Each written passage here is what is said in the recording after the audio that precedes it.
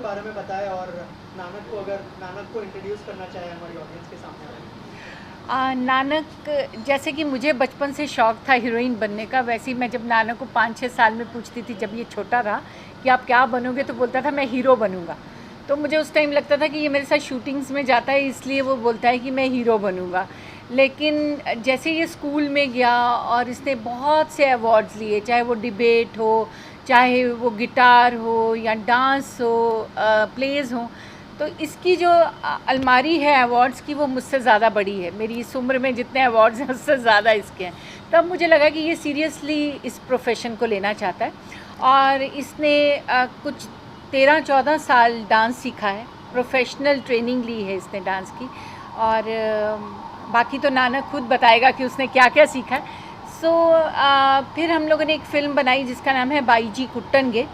और एक फ़िल्म हमने बनाई, क्योंकि पंजाबी हमारी मदर टंग है, तो एक है ये 11 दियां पौ 12 जो अभी रिलीज़ हो रही है। बाईजी कुट्टनगे ऑलरेडी रिलीज़ हो चुकी है। समीप कंग उसके डायरेक्टर हैं, जिन्होंने कैरी ऑन जट्टा, लावा फेरे, मतलब वहाँ के डेविड धवन कह लीजिए, अब्बास मस्तान कह लीजिए, वहाँ के पंजाब की उनकी सारी फ़िल्में हिट हैं। और उसके बाद अभी ये जो फ़िल्म आ रही है, उसमें मैंने डायरेक्ट की है ये फ़िल्म 11 दियां पौ 12।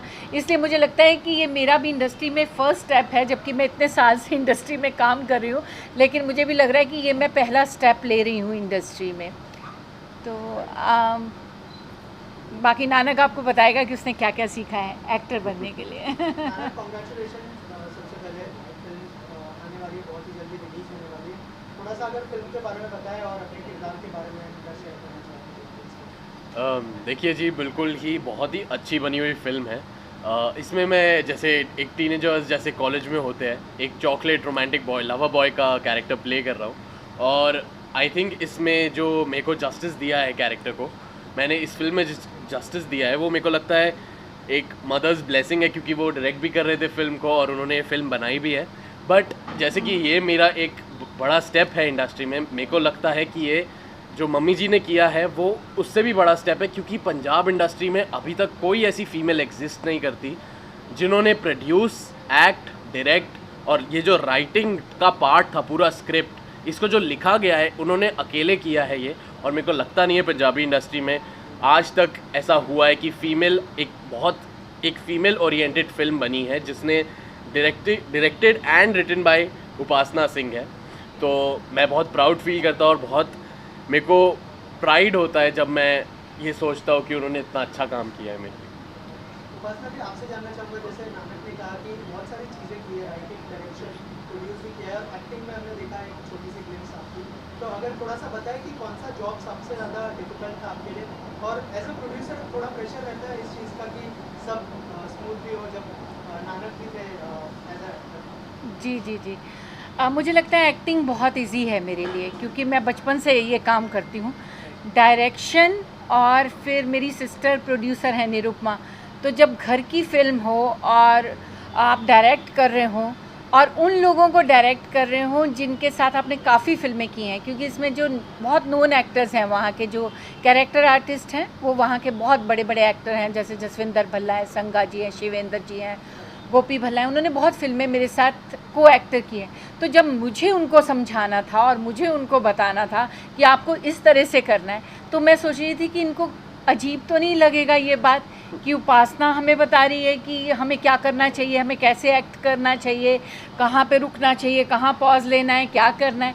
लेकिन मैं बहुत लकी हूँ कि वो सब बहुत प्रोफेशनल एक्टर्स हैं, इसलिए वो बहुत अच्छे से मेरी बात को समझ रहे थे और उन्होंने मतलब वही किया जो मैंने चाहा। उन्होंने हमेशा सजेशंस दिए और अच्छे अच्छे सजेशंस भी दिए जो मैंने फ़िल्म में यूज़ किए, लेकिन उन्होंने कभी ये नहीं मुझे जताया कि आप कैसे हमें कह सकते हैं। बाकी तो इसमें 10-11 यंगस्टर्स हैं, जैसे नानक के साथ हरनाज कौर संधू जी हैं जो मिस यूनिवर्स हैं इस टाइम, और एक स्वाति शर्मा लड़की हैं, और बाकी 10-12 बच्चे और भी हैं, क्योंकि ये यंग बच्चों की फ़िल्म है।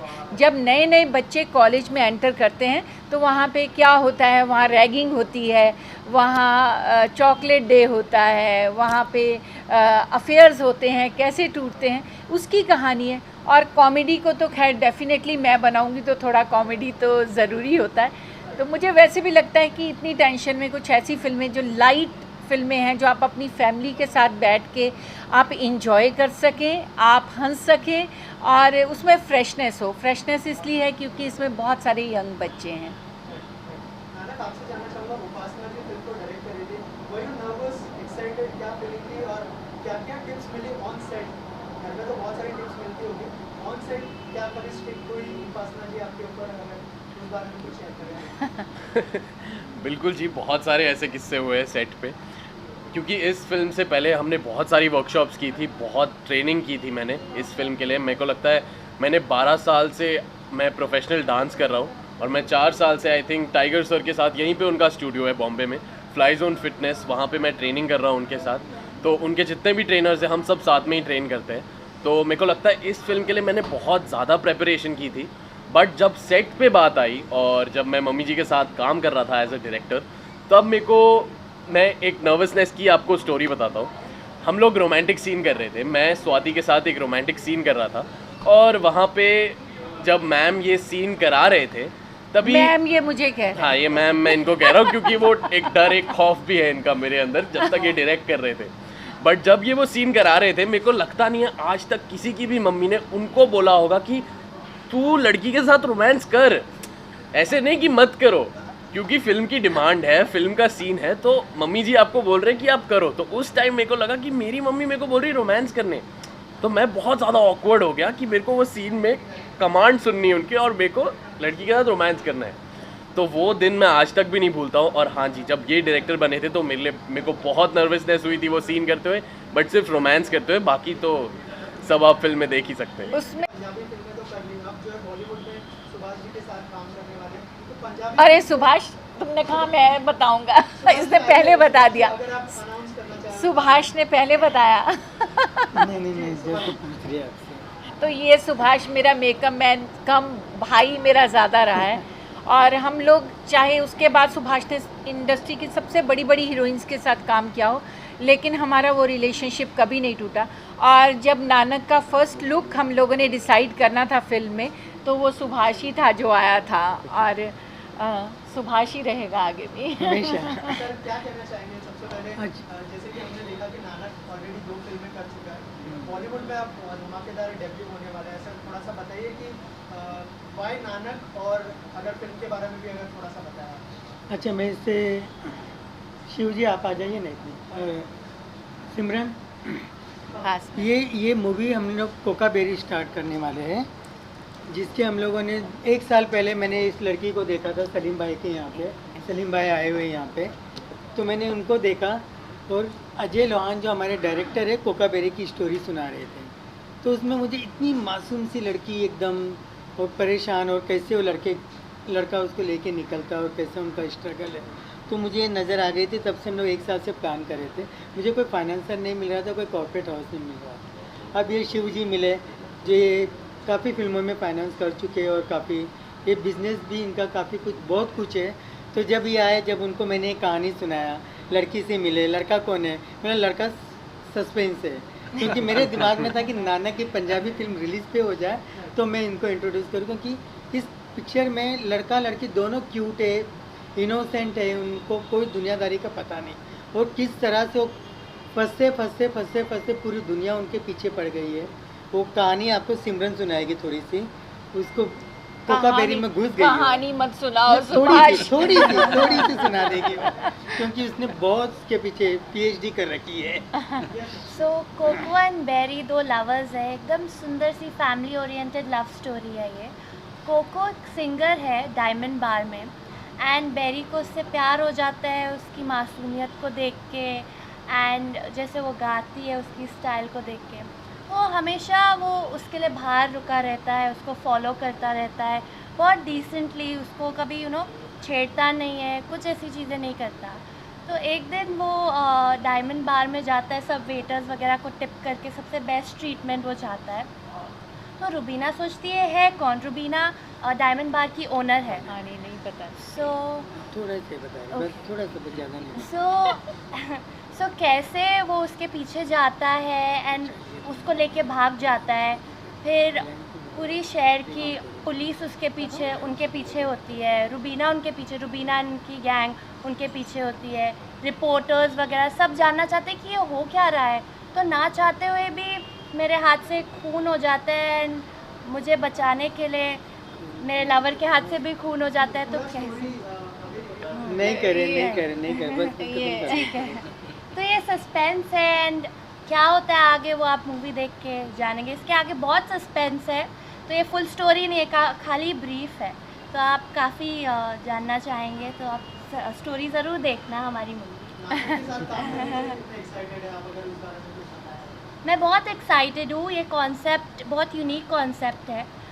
सो आपको लग रहा होगा कि मैंने काफ़ी बोल दिया है, लेकिन इसमें काफ़ी थिंग्स है जो अभी मैंने नहीं रिवील किया है। ना ही करो। हाँ मैंने नहीं रिवील किया है and I am very excited, looking forward to see how things गो।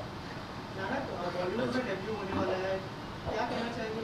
पंजाबी से शुरुआत होकर आप बॉलीवुड में धमाकेदार, कितने एक्साइटेड हैं आप और क्या कहना चाहेंगे जो फिल्म आपको मिली है उसको?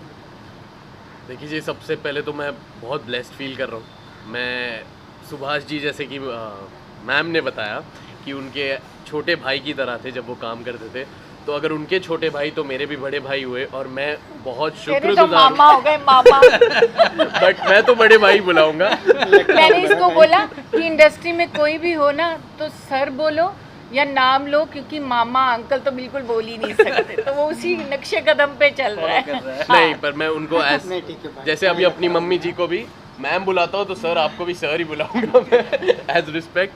बट जब मेरी शुरुआत हुई थी पंजाबी फिल्म्स में, मेरे को इन्होंने एक बहुत ही स्पेसिफिक क्वेश्चन पूछा था, क्योंकि ये घर की फिल्म है, वो फिल्म बना रहे थे, वो चाहते तो हिंदी भी बना सकते थे, पर उन्होंने मेरे को बोला कि नानक हिंदी करनी है कि पंजाबी। मैंने बोला मम्मी, आपने अपनी जो शुरुआत थी वो अपने होम टाउन, अपने घर से की थी, जो कि पंजाब था, तो मैं कहीं और से कैसे कर सकता हूँ। तो मैंने सोचा कि मेरी जो पहली फिल्म होगी वो पंजाबी होगी। तो जो उन्होंने मेरे लिए किया, मैं बहुत खुशकिस्मत हूँ कि मेरे को इतनी सुंदर और इतनी प्यारी मम्मी मिली है। बट अभी क्योंकि मेरे को इतना अच्छा मौका मिलने जा रहा है, तो let's see how it goes, जैसा कि इन्होंने कहा। नानक बोलता है, पहली बार इसने मुझे सुंदर बोला है, तो मैं उसको बोलती हूँ I am 22 year old, hot, sexy and glamorous. बोलता मैं 20 का हो गया हूँ, आप 22 की रहेंगी। मैंने बोला तो 42 का भी हो जाए, मैं 22 की रहूँगी। खैर, नानक ने जो भी काम करने के लिए, ऐसा नहीं कि अभी सोचा और काम कर लिया, ये काफ़ी साल से प्रैक्टिस कर रहा है। डांस क्लासेस हो या फाइट हो या कोई भी चीज़ हो या एक्टिंग क्लासेस वो ले रहा है उसके लिए, क्योंकि मुझे ऐसे लगता है कि जो एक्टर्स के या डायरेक्टर्स, प्रोड्यूसर्स के बच्चे होते हैं, उनसे एक्सपेक्टेशन लोगों की बहुत ज़्यादा होती है। जो नए बच्चे आते हैं वो धीरे धीरे भी 2 सीन अच्छे करेंगे, बोलेंगे अरे वाह बहुत अच्छा किया, आगे ज़्यादा अच्छे करेंगे। लेकिन जो एक्टर्स के बच्चे होते हैं उनसे पहले से एक एक्सपेक्टेशन होती है कि वो अच्छे ही एक्टर होने चाहिए। सो नानक ने पहली फिल्म में बहुत अच्छा परफॉर्म किया, जिसका नाम था बाई जी गुट्टनगे, और अभी जो है उसकी ये सेकंड फिल्म है यारां दियां पौं 12, जो रिलीज़ होने जा रही है। आपने देखे होंगे गाने, मेरे को लगता है कि आपको पता चला होगा, उसमें कॉन्फिडेंस ऐसा नहीं लगता है कि वो फर्स्ट या सेकंड फिल्म कर रहा है। खैर, हर माँ को अपना बच्चा अच्छा लगता है, ऑडियंस असल में बताएगी 30 को कि कैसी है फिल्म और क्या करेगी। और बाकी मैं बहुत खुशकिस्मत हूँ, मैं खुद, मेरे को इतना अच्छा लग रहा है आज कि सुभाष नानक को इंट्रोड्यूस कर रहा है। ये एक इमोशनल बॉन्डिंग है, एक हमारा इतने सालों का रिलेशनशिप है। 25 साल, 25 ज़्यादा, 25, हाँ 25 से भी ज़्यादा साल हो गए हम लोगों को आपस में।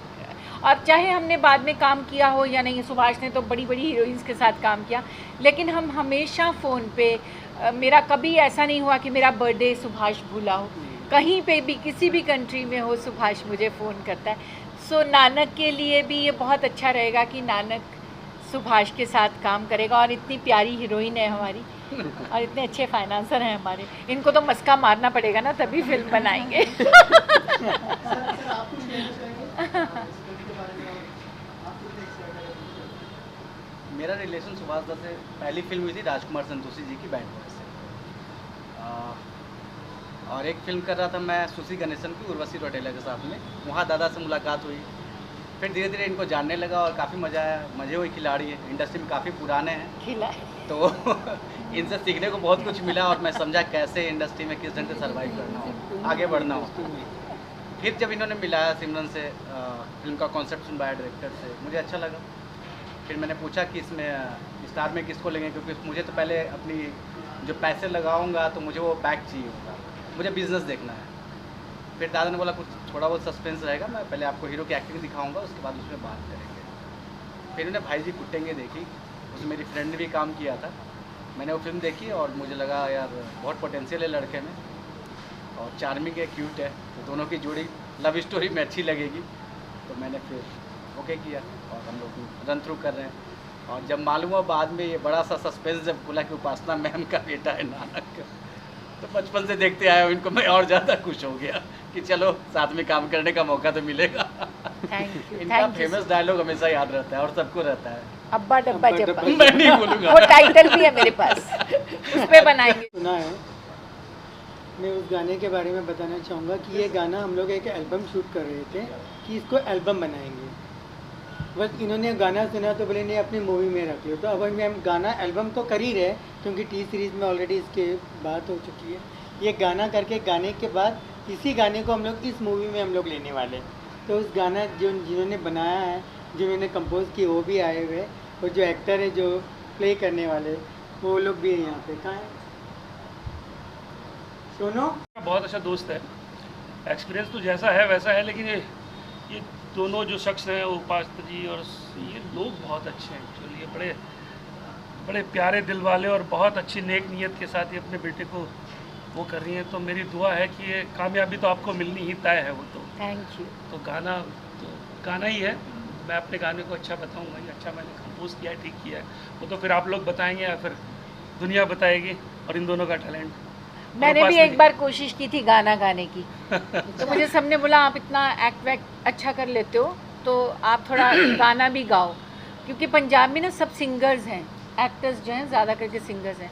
तो मैंने एक बार कोशिश की और मेरा गाना जो वहाँ पे मेरी एक फ्रेंड है नूरी, वो बहुत अच्छी सिंगर है, उसने बोला जो तू कर रही है ना वही कर, ये तेरे बस का रोग नहीं है। जो आप कर रही हैं ना वही करें, मतलब आप इतना अच्छे जो इंसान है वैसे ही रहेंगे। और मेरी मदर बोलती थी तू ना दरवाज़ा बंद करके गाया कर, मेरे को आवाज़ बाहर नहीं सुनाई देनी चाहिए। तो मुझे अपना गाना याद आया जब आप गा रहे थे इतना खूबसूरत, और मैं अपना सोच रही थी क्या गाया था। टाइटल सॉन्ग इनके लिए बना है, आधा कुछ वो अभी मुझे भेजा है किसी कोका ने, बेरी जब टाइटल है तो मूवी का। है कि लैला की सोनाली मेरी फैमिली है और हर ओकेजन पे हर वक्त ये मुझे याद करते हैं, बहुत प्यार करते हैं। और सुभाष जी मैं कई सालों से जानता हूँ, अब इतने खूबसूरत इंसान हैं। Sonali again amazing person. तो मुझे अपनी फैमिली के लिए काम करने का मौका मिल रहा है और मैं बहुत खुश हूँ। उपासना जी के साथ मैं वैसे काम कर चुका हूँ, I don't know if you remember, but I am really feeling like home and I am really excited इस गाने के लिए। मैं तो चाहता हूँ बहुत जल्दी जल्दी शूट करें और I am happy to have him as a co-star. That's it. For me I am Prasoon Arya. So for me ये मेरा पहला सॉन्ग होगा। मैंने कुछ टीवी शोज़ और कुछ मूवीज़ किया, लेकिन सॉन्ग मैंने कभी नहीं किया। तो सुभाष सर और सोनाली जी ने ये मुझे मौका दिया है कि मैं इस पर करूँ। और जब मैंने गाना सुना, सर ने क्या लाजवाब गाना बनाया, और कुणाल सर ने जो गाने की गायकी तो एक है ही, लेकिन जो फीलिंग्स दी है ना, इसके लिए हम एक्टर्स के लिए इतना चैलेंजिंग हो गया है कि उस फीलिंग्स को जस्टिफाई कर पाए एक्टिंग के द्वारा। ट्रू। ये बहुत चैलेंजिंग होगा हमारे लिए। तो हम चाहते हैं कि जल्द से जल्द ये गाना स्टार्ट हो, शूट हो और इस गाने को आप लोग तक पहुंचाया जाए, एक्टिंग और गाना दोनों।